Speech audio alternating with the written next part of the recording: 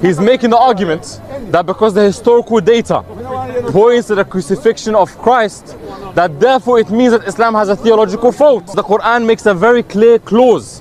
The Quran clearly says that it appeared to them as such. According to the Quran, it appeared to those witnessing the crucifixion that it was truly Christ.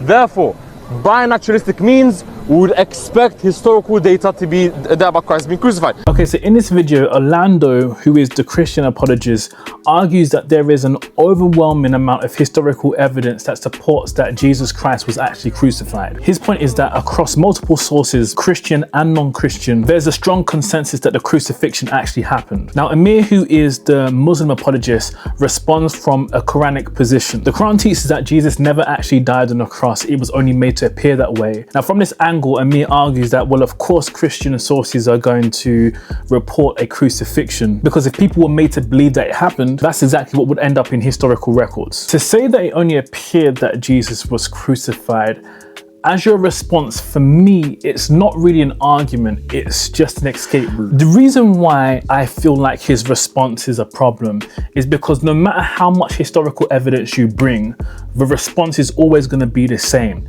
It was made to look that way. You could bring up the early creed written by Paul in 55 AD, which states that Jesus Christ died for our sins. The response would be, yeah, because it appeared that way. You can bring up the 4 gospel accounts that were written 40 to 70 years after the death of Jesus, 2 of which were eyewitnesses to the crucifixion. The response would be, yeah, because it appeared that way. You could bring up the fact that there's multiple non-Christian sources, which also include Roman and Jewish historians, that will attest to the fact that Jesus Christ was crucified. The response would be, yeah, because it appeared that way. Now, to reject all of this history in order to favor a claim that shows up 600 years later in the Quran isn't following evidence, it's overriding it. The argument may sound good on the surface, but this is really no better than someone just saying, trust me, bro. How will I believe that?